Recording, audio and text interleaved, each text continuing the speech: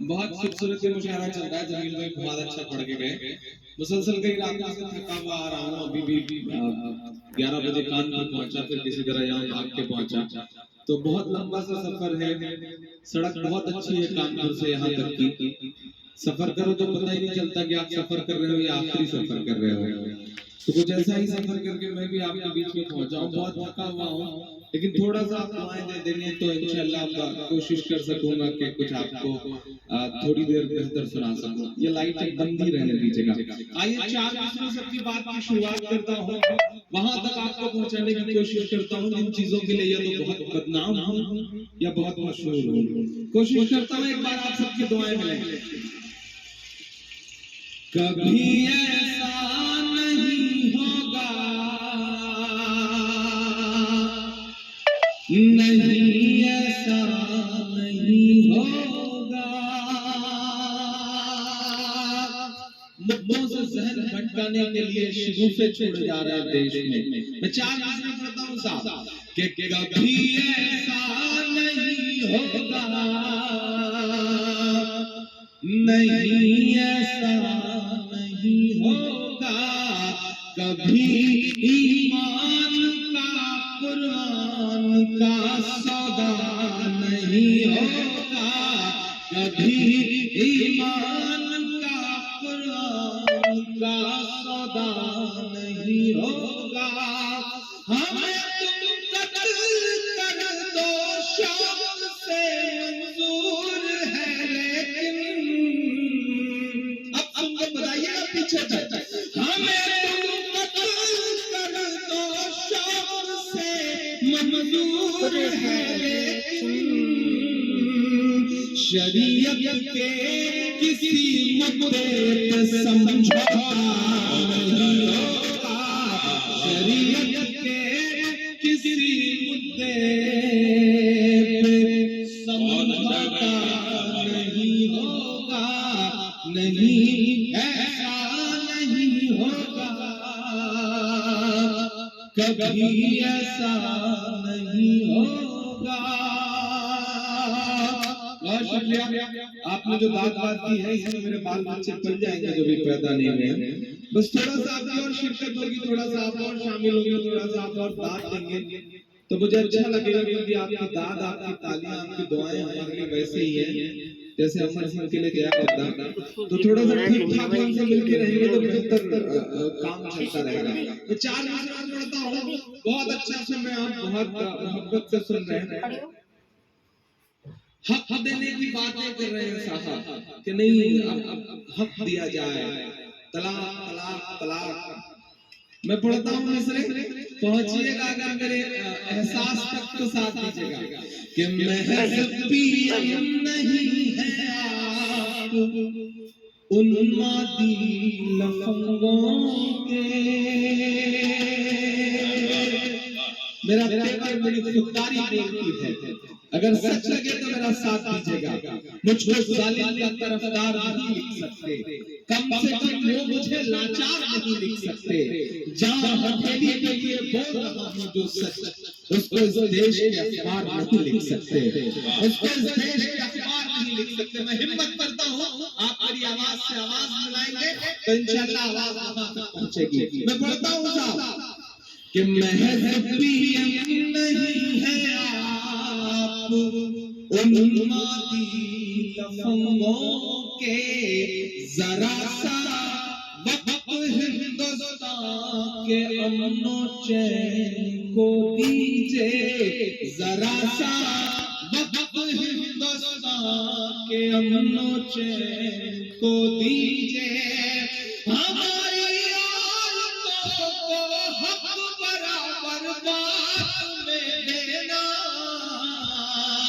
अब पहुंचा मिस्र, आप तक तो बता देना कि आप अभी जिंदा दिल बच्चे में लोग यहाँ पर। हमारी औरतों को हक बराबर बात में देना,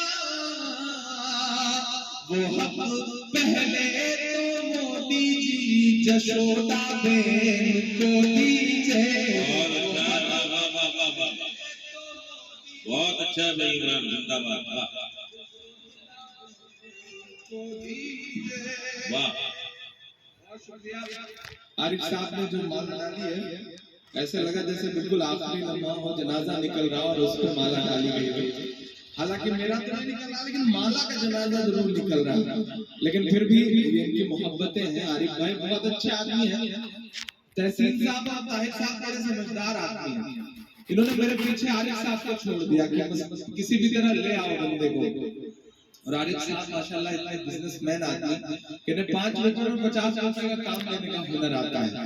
रात को 2-2 बजे फोन करके इमरान भाई आप आ रहे हैं? मैंने कहा जी भाई आ रहा हूं। अच्छा आप कर क्या रहे हैं रात के 2 बजे? अब मैं क्या बताऊं, मेरी शादी नहीं है, वरना मैं बंदे से क्या बताता कि मैं क्या कर रहा हूं। लेकिन इतने मोहब्बत और इतने मुखलिस आदमी हैं कि छोड़ा नहीं उन्होंने पीछा, और आखिरकार डेट इन्होंने चेंज करी और बुला ही लिया। इनकी मोहब्बतों को सलाम। और मैं चाहता हूं कि ताहिर साहब का बहुत नाम सुन रखा है मैंने, बड़ी धमक है आपकी, बड़ी गूंज है लखनऊ तक आपकी। एक बार जोरदार तालियां उनके लिए बजे। और ताहिर साहब आप खुशनसीब हैं कि हम आपसे इतना प्यार करती है, वरना मैंने तो तमाम ऐसे विधायक और पूर्व विधायक देखे हैं कि जिनकी तरफ पब्लिक आंख उठा के देखना तक पसंद नहीं करती। तो आप खुशनसीब हैं कि लोग आपसे इतना प्यार करते हैं। और ये तालियां, ये मोहब्बतें सबूत हैं कि निजाम बदलने वाला है।